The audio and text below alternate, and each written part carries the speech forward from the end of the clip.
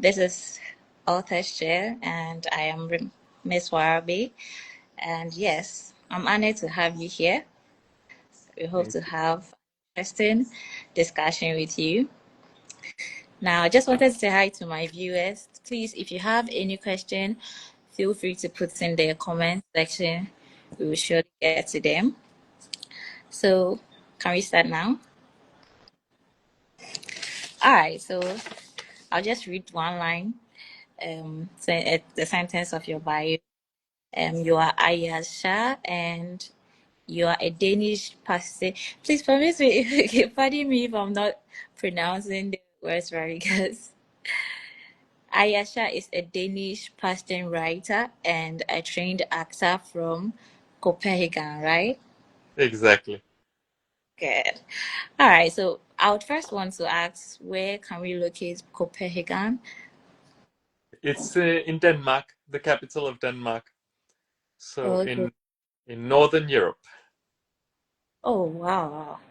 That leads to my second question. How is your connection with Africa and Ghana? Or Ghana? My first connection with Ghana was actually last year, where I was invited as a writer at the Paja. Yeah, I think I saw it. I saw So you. I was there. So you were invited to showcase your work, Exactly. and Exactly. how experience like, I mean, being in Ghana for the first time. It was a great experience. First of all, I really liked Ghana and Accra. I also must say that I think that the Paja Festival was amazing. It's actually been one of the literary festivals I've been to that I've enjoyed the most.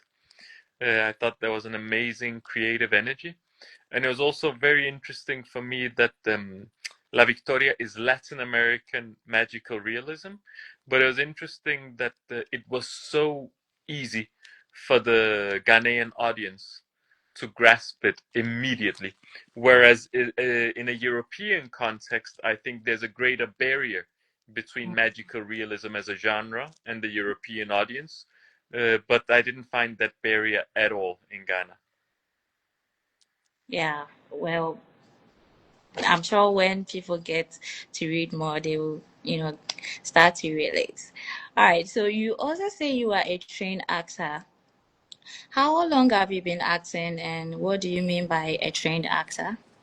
When I say a trained actor, I mean that I took the education. I went to Copenhagen Theater and Film School. So I was studying there for 3 years and did my course there. So that's what I mean with a trained actor. That like I'm not self-trained. It's like I'm actually educated in the field, and Okay. I've worked as an actor since 2023. Oh, 2023. Okay. Oh, so how many films have you acted? I don't know. I've Was it theater acting? I've mainly done theater actually, Okay. um, which as an art form I really enjoy. And then I had in career-wise, you can say in acting, one of the most interesting things for me happened recently, where La Victoria was dramatized by um, by a British director called Barry McKenna. Okay. He turned La Victoria into a theater play, and thank God I was hired actor to play in the play that was based on the book I have written. So it was like the acting and the writing came together Oh, career but wise, which was a great um, experience for me. you envision your work to be dramatized, or it just came as a surprise? In a way, you can say it came as a surprise because I actually wrote La Victoria 10 years ago, even though it was published 2 years ago. Oh, okay. I wrote it while I lived in Latin America, but it was written in Danish, so I didn't send it to any publishers because I was living in the Spanish-speaking world, you can say. So for That me, means sorry? that means you've been writing. I mean, way before you started acting. Exactly. And it's funny that now a lot of people, when they read the things that I've written, they say, but it's obvious that you're an actor because you write in a way that is very, you can say, almost like filmic. Like you you can see the images. And I'm always saying that's funny because I started writing before I was an actor, but yeah. Wow. Wow.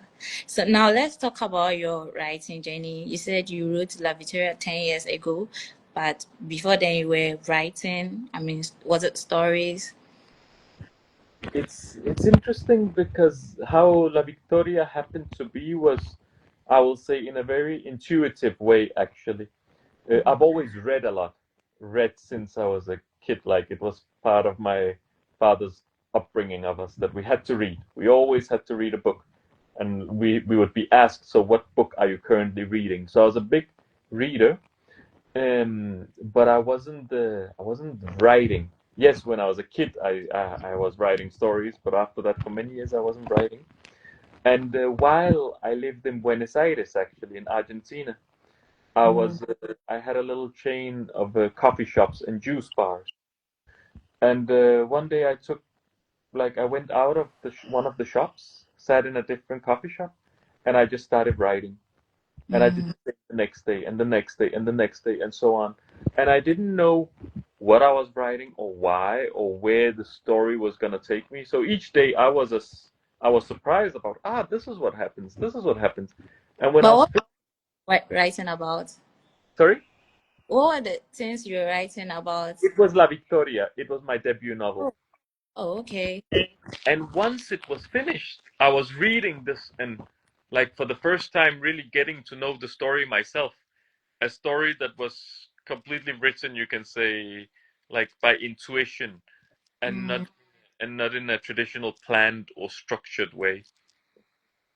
So you said you wrote La Victoria 10 years ago and it was published 2 years ago. Um, Between that year range, what was, stopping you from publishing? Is it that you were not done or you just didn't know how to publish? I think two things. The one was that I think that writers, before they have published their first book, I feel that often we are very disconnected from the Okay. publishing world, actually. Mm. And from the literary world. So I think it's very common that you finish your thing and you don't know where to go with it, right? For me, that was extra emphasized because, as I said, I lived in Latin America, so I was in a place where everybody spoke Spanish, and I have written a book in English, no, in Danish. So I was Then, like, okay, what do I do with this book? And I actually didn't do anything with it. I just had it on my at first in paper form because I actually wrote with pen and on paper. And then at some point I thought, let me write it into a computer at least so I don't forget it. So now I had it on the computer, but still didn't do anything with it. Many wow. years later, when I was in Denmark, I was working in a coffee shop while studying acting. So, you know, the cliche of the actor that is actually working in a coffee shop. And one day there was a client in the coffee shop and we were talking, and I said to him, I've actually written a book. And he Mm. said, well, send it to me, I'll read it. And I thought that was nice that this person wants to read my book.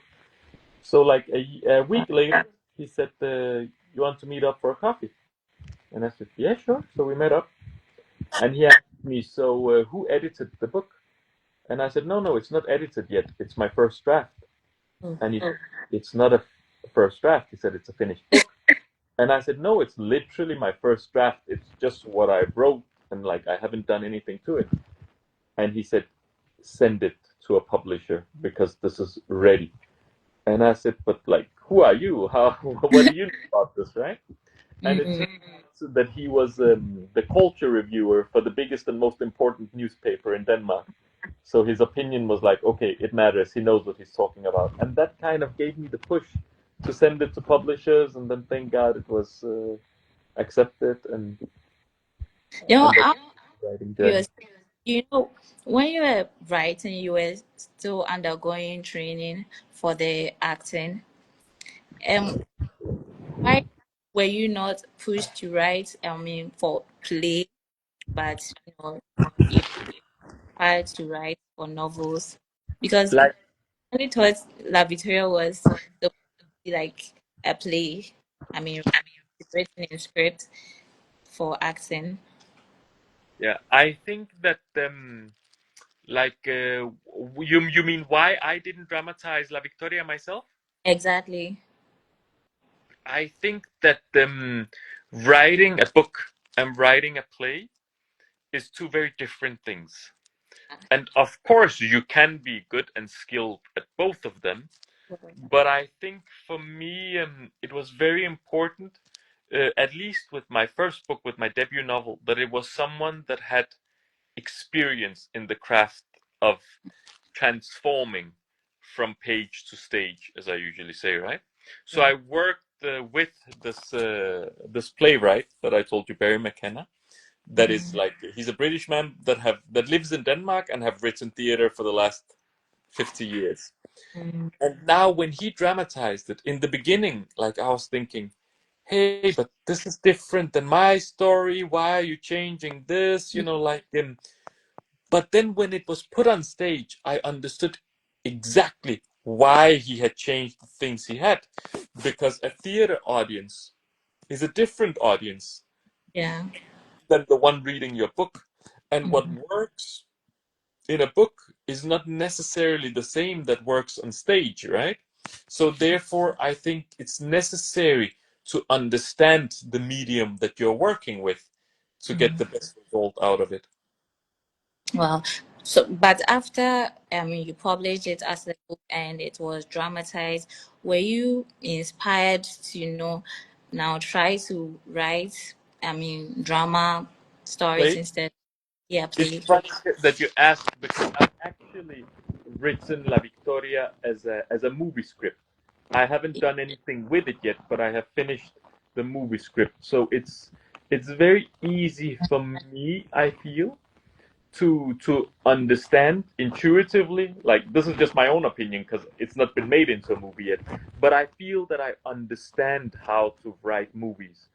I don't know if I have the same understanding of writing a good theater play. I don't know. I would like to try it, but I Yeah. don't know yet. And I think that one of the reasons for that is that often what makes us good at, I think, creating art is that we've also consumed art in a way, Yeah. right? So, for example, even though I think that I just wrote La Victoria from intuition, it was a free writing process, the truth is that I've read since I was a kid. So I haven't internalized the structure of how you create like a narrative that works in book form, right? And I think, frankly speaking, that I've not watched as much theater as I've Oh, read books. but you've been acting.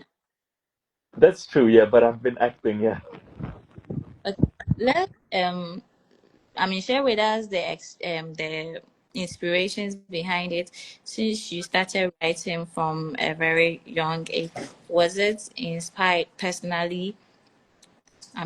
From your environment, or it was native? You mean what inspired What me to write La made Victoria? the character? Yes. Um, as I said, in the moment, I didn't know what I was writing or why I was writing it. I was just writing, like it was a completely free process. But looking back at it, I can see where the inspiration came from because Okay. there's points in the story where I think, okay, that's exactly what happened. And So I what think was the inspiration? What fueled it? Like, I want to understand, was it um your experiences, or maybe books you were reading, or movies, or for La Victoria specifically, it was I had traveled on a trip to Central America. okay. And, I had been in Honduras, and in Honduras one day I had taken a taxi, and Okay. I had a conversation with that taxi driver. And afterwards, years later, when I wrote La Victoria, and after I finished reading it, and after I finished writing it, and after I read it, I understood that, okay, what was the first, like the cornerstone of this book, was the conversation I had with a taxi driver in Honduras while I was traveling there. Wow. That's what I wanted to hear. So let's talk about publishing it, completely for the first time. It was published 2 years ago with a publishing company called, what is it? What? Then, Wadskjær. yeah, Wadskjær. share with us how the publication process went. I think, as I said, that for me it was.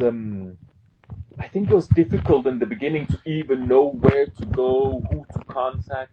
I think that the literary world is in many ways a very, very closed world as compared to any other world. Like, because before starting to write, before entering this world, I knew actors, I knew singers, I knew, like from the painters, from all the other creative fields, I kind of had an entrance. But for the literary world, I didn't know anyone working in publishing, I didn't know any authors, so I didn't even really know where to go. And I think that's sometimes a shame that the literary world is so closed around itself. So my first reach out was actually just to send emails to different publishers to try Okay. to find a way in. Um, and you know how it is. From some, you don't hear a reply either. Even for some, they reply you 3 months later. That, thank you, but it wasn't what we were looking for. And some says yes, this is exactly what we want. So Yeah. Can you hear me? yeah, I can hear you. Can you hear me? All right. So you wrote to the publishing company and you got accepted. Yes, thank God. Yes. Yeah. And was there any further process, or when it got accepted and they just published? What was the question? Sorry. I was asking, you said you applied and it got accepted. I was asking if after it got accepted, was there a further process that went on? Like, did they ask you to change some things or some editing, or It it was was just actually it was actually quite interesting because the editing of it was mainly linguistics. So there was no editing of the storyline, or so that was kind of the same as the reviewer of the newspaper. He said to me, he said, "Ah, but your book is already edited," and I said, "No, no, it's a first draft." So okay? I don't know, but yes, nicely, thank God it was the first draft was in a way so that the storyline was actually very structured and didn't need any editing. So it You, was mainly mhm. it was mainly You line editing. sorry, you said you wrote in Danish. Yes. I'm sorry, is Danish and English the same? If it says English, I'm talking about the Danish language and the English language.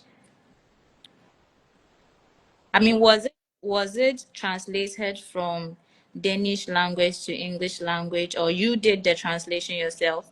I actually translated from Danish into English. Oh, okay, that's good. So now let's dive into the book itself. Now that you've shared the experience, La Victoria as a book was wild. Now let's talk about the setting. I don't know if La Victoria is actually a place, and I think I've had places called La Victoria, but I'm not sure if the La Victoria in your book. Can you hear me? Sorry, I can't hear you.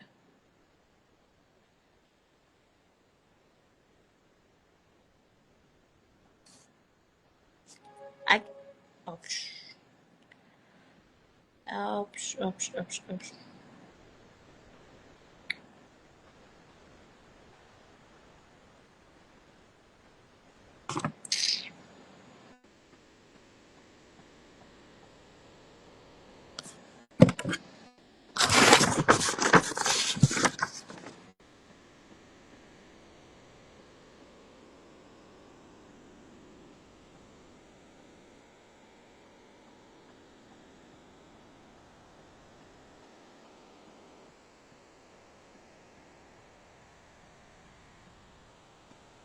Hi, Ayaz.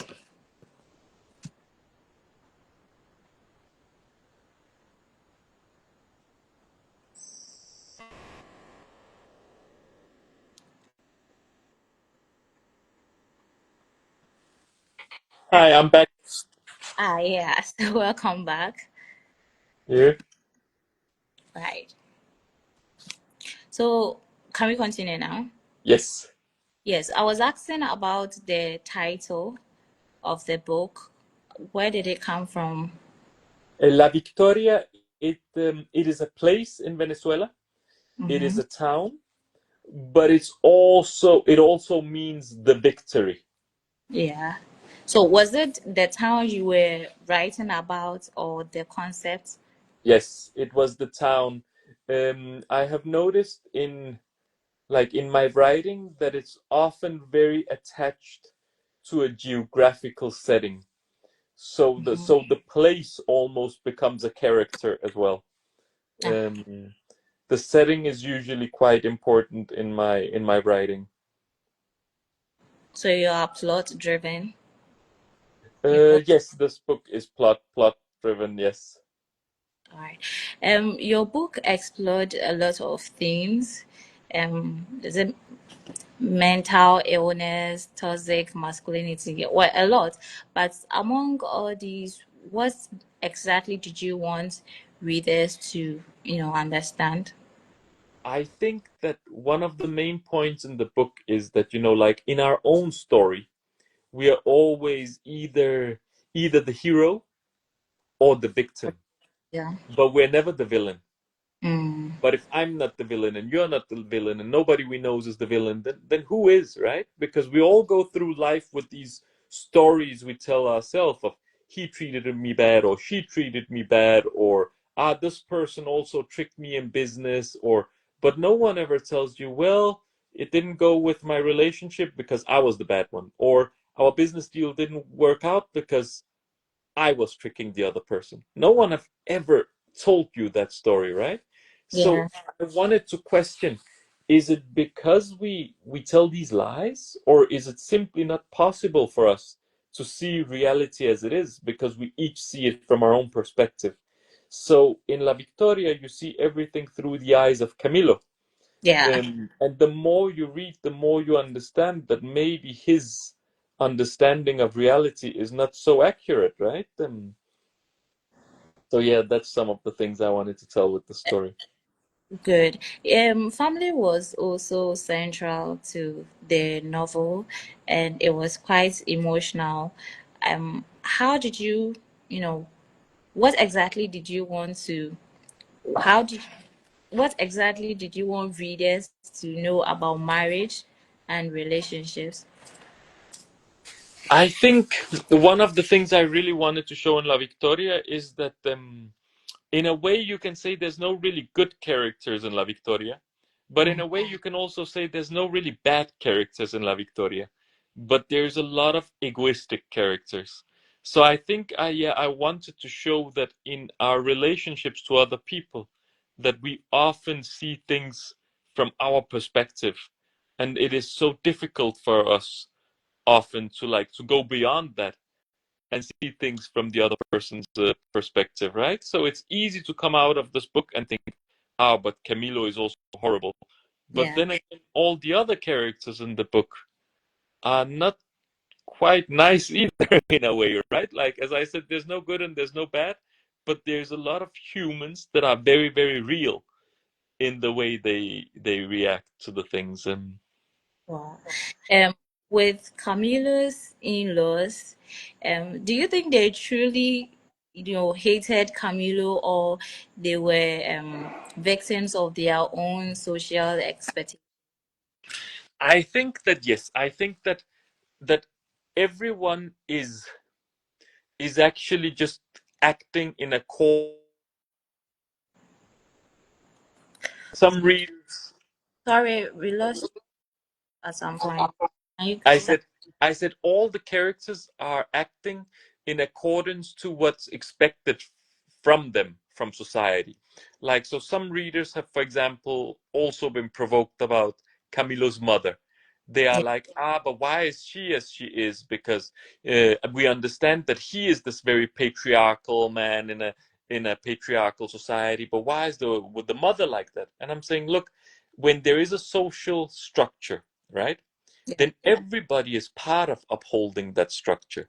So it's not about, it's a patriarchal society, so the men must be evil. No, it's a society that is upheld by everyone in that society. It means it's being upheld by Camilo, but it's also being upheld by his wife, by his mother, by by his lover, by everyone in that society, right? So in Yeah. that way, you can say the in-laws are not behaving or acting differently than what's being expected from them in that society. That's one point of view. But Yes. at the same time, I could also argue that we don't even know how much of this is actually happening. We don't know if Camilo is actually sitting in a mental hospital and Yeah. imagining all of this, right? Because we see everything through his point of view, and he's not a very trustworthy, like, even though he's not the narrator, Yeah. the narrator is telling how Well, how Camilo experiences the world, right? yeah. Throughout the story, his wife was a mystery. She was never present, but somehow she was also present.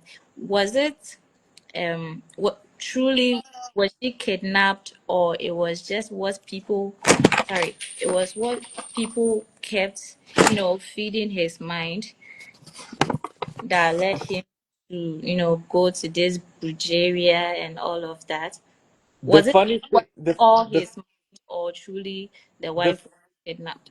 the funny thing is that nobody actually at any point says that she is kidnapped. Mm-hmm. There's no character that tells him your wife is being kidnapped. There is a character that tells him your wife left with another man, Uh-huh. and he thinks, okay, then she's kidnapped by another man. So So no he didn't character tells. believe that his wife had, followed another man. I think it's so difficult for him to accept that his wife have had a lover, so he thinks she must have been kidnapped in that way, right? Um, and also he thinks it must be brujeria, which means witchcraft, Witchcraft. because he cannot accept that it should have happened in any other way. Also, it's interesting that he has a lover himself, Yeah. but he thinks it's unthinkable that his wife should have a lover, right? Yeah. It also works in that way. The book works a lot with how women are being viewed in a traditional, you can say, Latin worldview, right? In a Yeah. Latin worldview, most women are put into two categories. They're either the Madonna or Mm. the puta. Puta means prostitute in Spanish. Okay. So the mother, the wife, the daughter, the sister, they are Madonnas. They're almost like non-sexual beings. Whereas everyone else, he just sees as a prostitute. Like his own mistress, his own lover, he sees as like, how can she thinks that she could ever become a wife? Like, she's Yeah. not that kind, right? So he puts women into just one of two categories. Um, Well, let's also share with us the significance of Claudio. I think a certain man who had never gotten married, and uh, you know the whole community didn't like him, but Camilo found acquaintance with him and all of that. Can you share with us the significance of such a thing? yeah, Claudio is a man that shows, it shows in a way how the society works, because it's a strict Catholic society. And in that strict Catholic society, there is not a room for a man that is, like, it doesn't say it in the book, but it shows that he's most probably homosexual. But Oh, no one ever says that about him. So it's like, okay, the society has something that they cannot accept, but also he's a part of the society. So how do they deal with it? And that's what it says. That it says that the, nobody ever says to his face what they think about him, and he never says it any either. He's talking about like being traditional and family oriented, but he's in his 50s and he's not married. yeah. So So the book kind of gives away that, okay, a society that is so strict, how does it deal with things that Mm, it cannot accept? And the society deals with it in a way that they pretend that it's non-existent. mm. Wow. You know, your book actually explores a lot of things, but if you were to choose another title aside from La Victoria, what would it be? It's funny because when it was made into a theater play, the playwright, he actually gave it another title. He Oh, called it the Odyssey of Camilo, okay. because he said that to him it almost reminded him, like of the ancient Greek stories, Yes. and of the Odyssey, actually, how how faith is in a way throwing him from point to point, and and we follow him on this big journey that is at the same time a road trip, right? And how important for the whole book movement is. He's always in his car. His car is also almost a character in the book, right? And so Yeah. I thought that was an interesting title. Oh, okay. That's great. Now, your book has been acquired, right, by Smartline Ghana. Can you share with us how um, it came about? It also came about after Paja.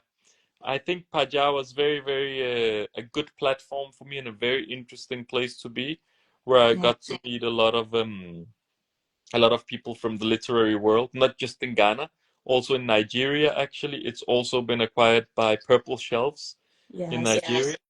So that's an interesting development for La Victoria. What does it mean to, for your book to be acquired? I was thinking once it is published, but now we are seeing being acquired from different, you know, countries. What does it mean to, What it means is very important for the distribution, right? Because let's say I have a publisher in Denmark, but yes. the publisher doesn't have any distribution network in Mm, Africa, or in Asia, or in Latin America, or in many countries in Europe even. So it means my publisher can get it out to all the bookstores in Denmark. oh, But okay. how will this book reach the audience in Ghana? Oh, okay. It to be acquired by a local publisher. Wow. That's great. That's great. I got few questions from a Google form I put out there. Yeah. Someone, how do you deal with writer's block? It's Thank God I haven't felt writer's block, to be honest.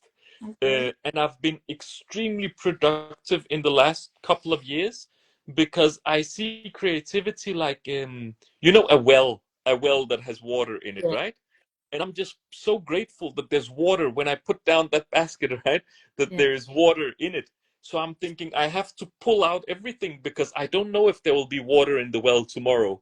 But Yeah. thank God it's not dried out. So right now I'm really like So productive, writing, how writing, writing. how do you fuel it? So is it that you always write, you always read, you know? I think it's funny. I have a friend. She went to a writing school. She was studying creative writing in US.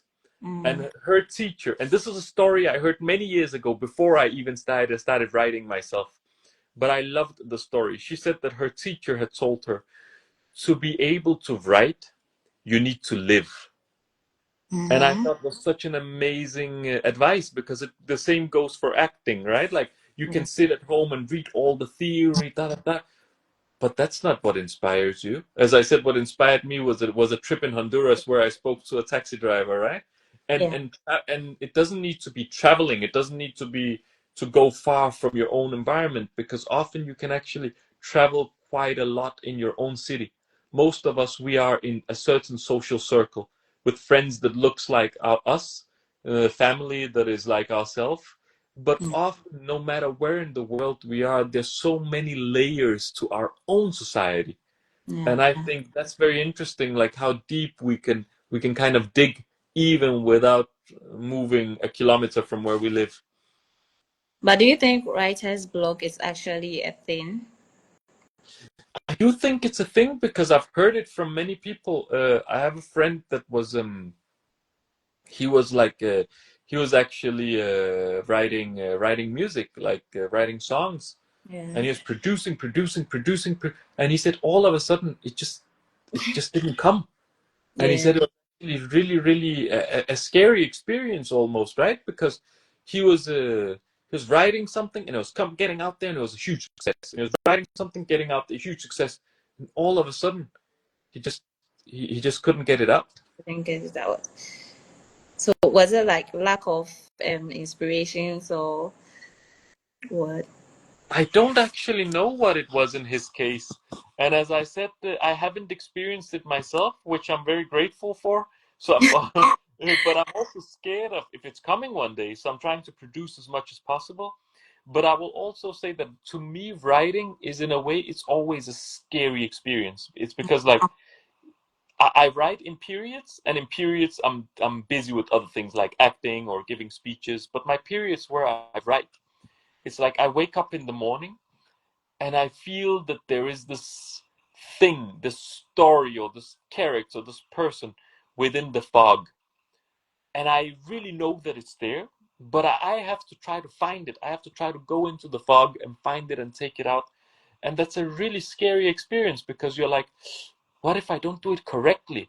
What if I don't find it? I know it's there, but what if today is the day that I don't find it? What if today is the day that I can drag it into the light in a precise way, in a way that other understands, in a way that others can see what I'm seeing. So I think yeah, it's that writing is a scary experience. Yeah. And I think one best way to fight writer's block is, staying committed. You don't always have to write perfectly, but just write something down every day. Yeah, I think that will be good. Okay, another question is, do you think AI will one day take up our creative industry? it's funny because people were asking me this a year ago. What do you think about AI? And I was completely laughing. I said, look, I said what we're doing is inspired work, and AI cannot do inspired work. This is still my opinion, but I must say that some really scary things have happened lately. Like, I don't know if you heard about that story that was published in Granta, um, that was actually an AI written story. Yeah. Um, and you see some of the big bookstore chains in US that are now accepting, like, they're making deals with AI companies and that. So I think some things are happening in the industry that I think is not good at all. But I do think that real writing, human-made writing, will always continue. It's kind of like you can say when movies started coming in, right? Hmm. Everybody was afraid that theater as an art was going to disappear because, Exactly. like, how you're gonna compete with a movie?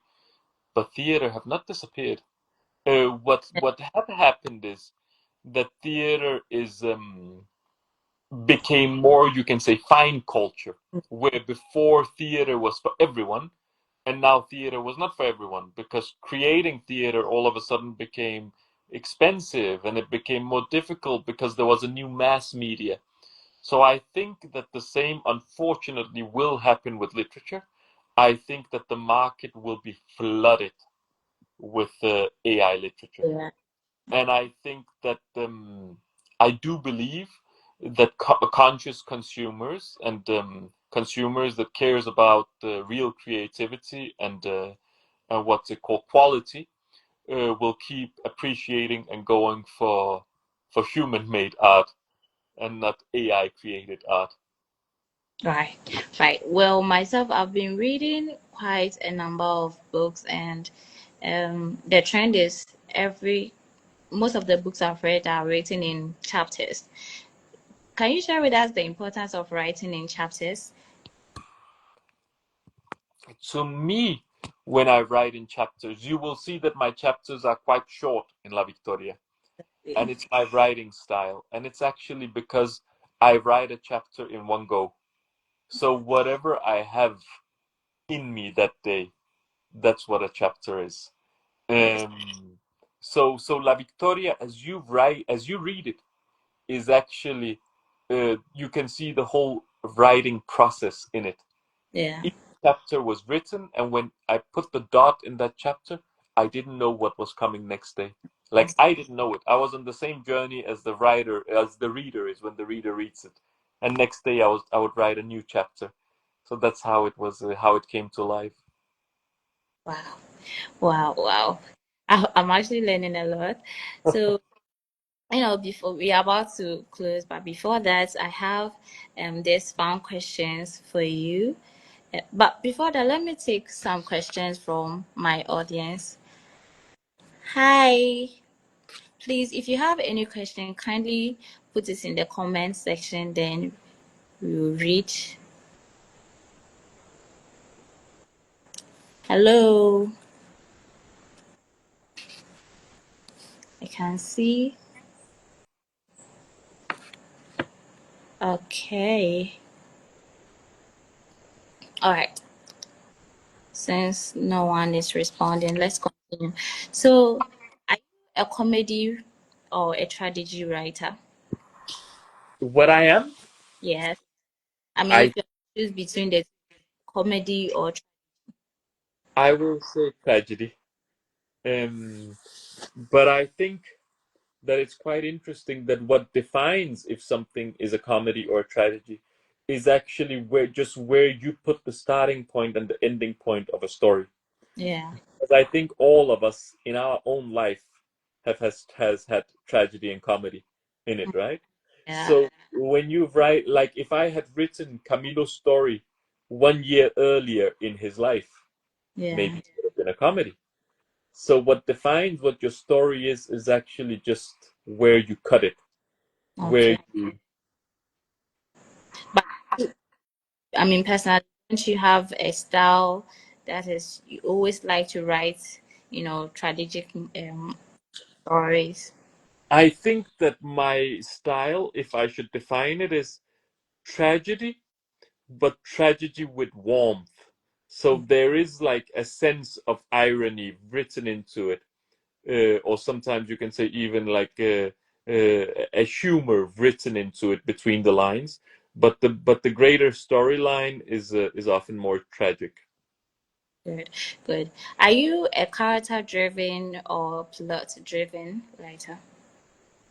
I think um, I think even though that a lot happens in La Victoria, and in that way it is very, you can say, plot driven, Yeah, but at the same time, I think if I should only choose one of those two, I would say probably more character driven. yeah. Great. A hero or villain character writer? Yes. A hero or villain character, I will say I'll say villain. You say villain. Why?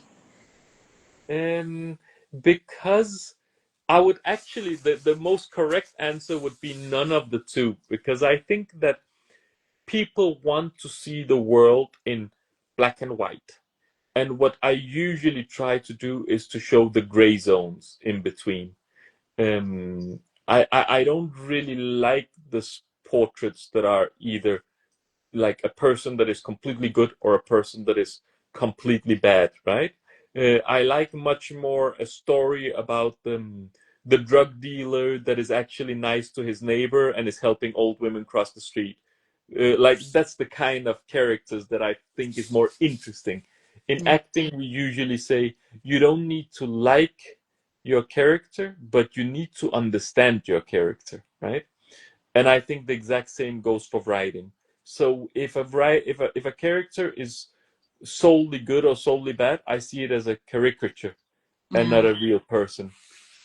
But with how La Victoria ended, see, now Camilo proved everyone wrong, that he was right, that his wife had not taken another person, but rather she was kidnapped.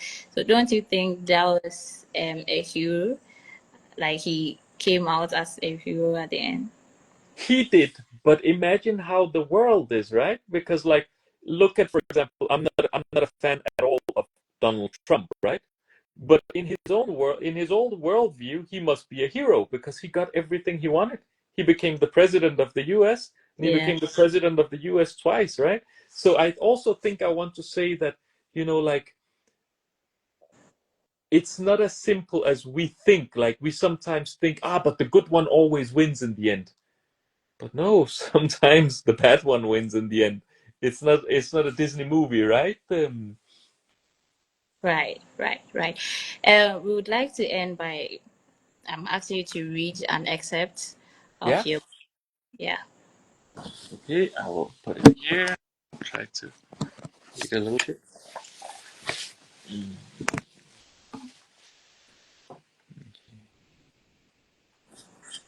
This is a part where Camilo, he have gotten into the house of the bruja.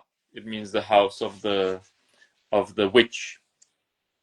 I Um, was expect which chapter is that? chapter 9, in the middle of chapter 9, page 39. Okay. I Right. was I was expecting you, Camilo, she said, with a voice that cut like ice. Good evening, abuela, Camilo replied with a shiver that he was trying to hide. He had always heard that it was very important not to show fear when facing the dark forces. Fear could be exploited and used against oneself. Priscilla gestured for Camilo to follow her and began to move deeper into the house. She crossed the garden and entered one of the surrounding rooms. From there they went through another door and ended up in a sparsely furnished room.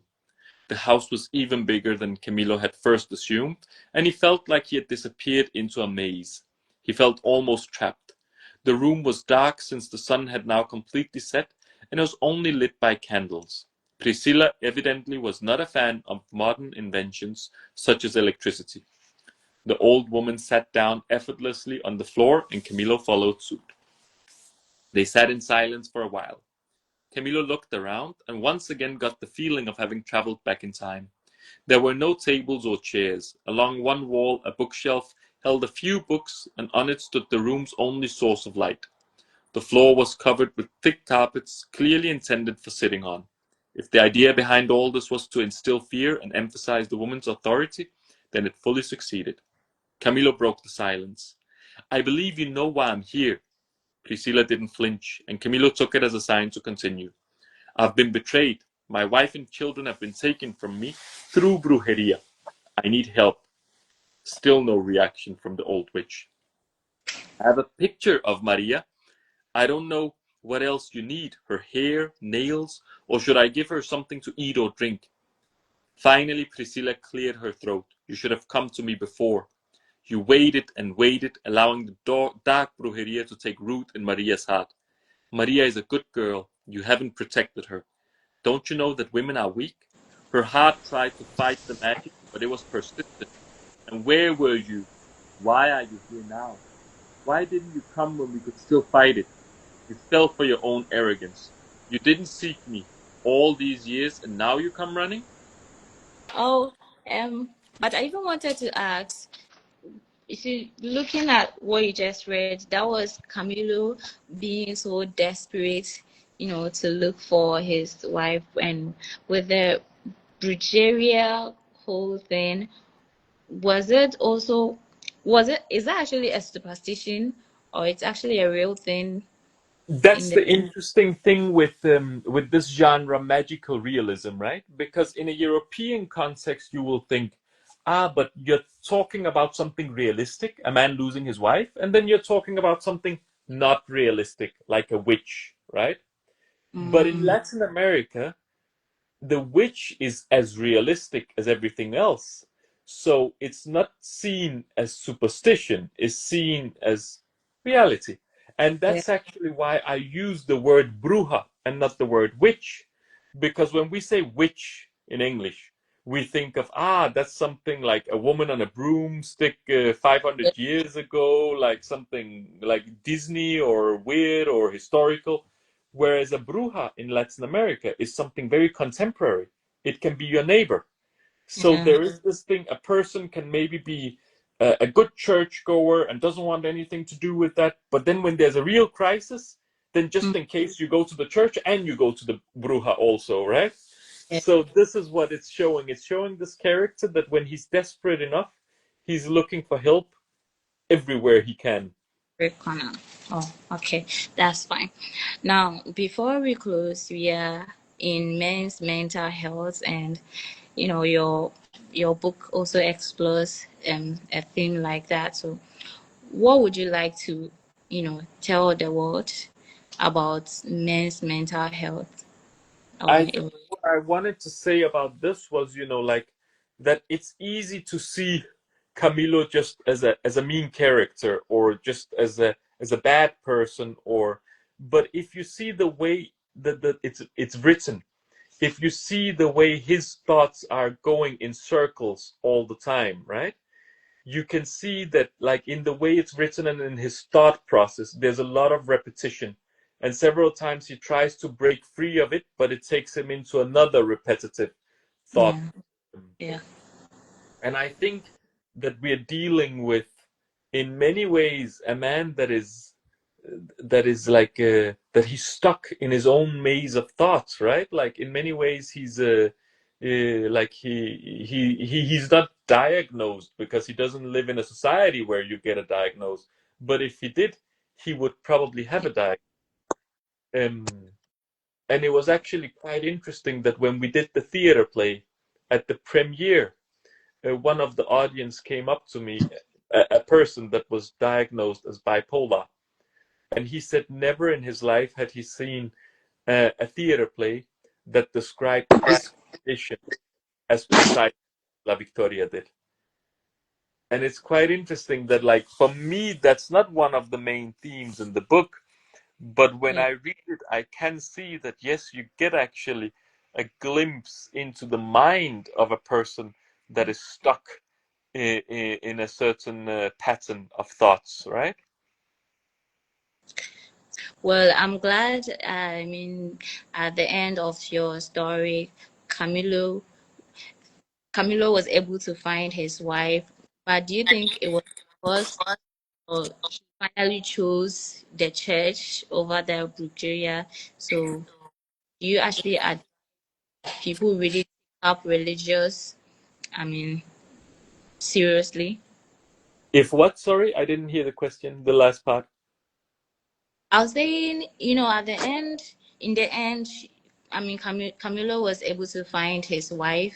Do you think it was because he finally chose church over Bulgaria, or When I read it, right, like, as I said, I wrote it in an intuitive way. So I wrote it without thinking about these questions that you're asking me now. So I'm trying to analyze it when I read it, right?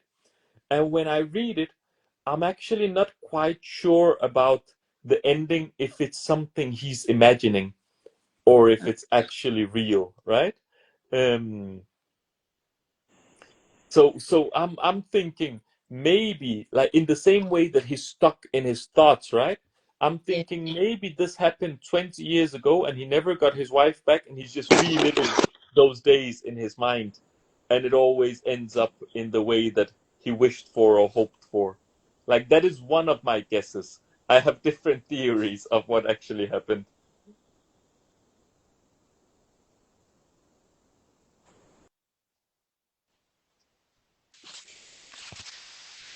Okay.